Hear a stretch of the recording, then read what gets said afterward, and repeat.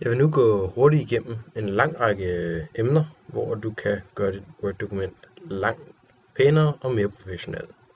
For det første så er det med at ændre, hvordan teksten ser ud.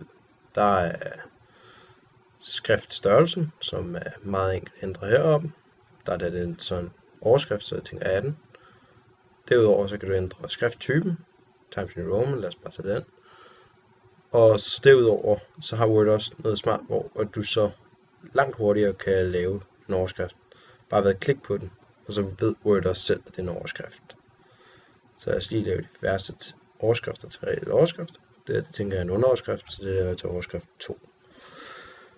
Linjeafstand og afstand mellem de enkelte afsnit, det kan du ændre på ved at bruge det her værktøj. Så kan du ændre på linjeafstanden. Hvis du vil have fat i det enkelte afsnit, så kan du bare markere det og gå ind under afsnit og ændre det.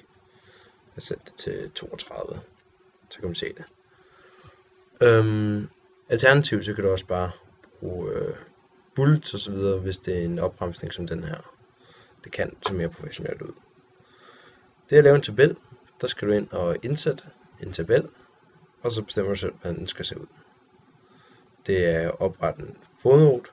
Der skal du referere til noget, så du går ind under referering og indsætter en fodnote. Hej.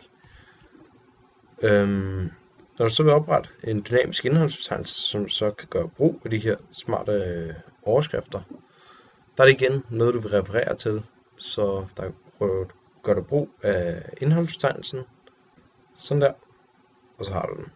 Hvis du laver ændringer senere, så vil du dog gerne opdatere den, så den kan få det hele med. Det er alt for den her gang. Husk, at du altid kan gå tilbage i videoen for at få det hele med.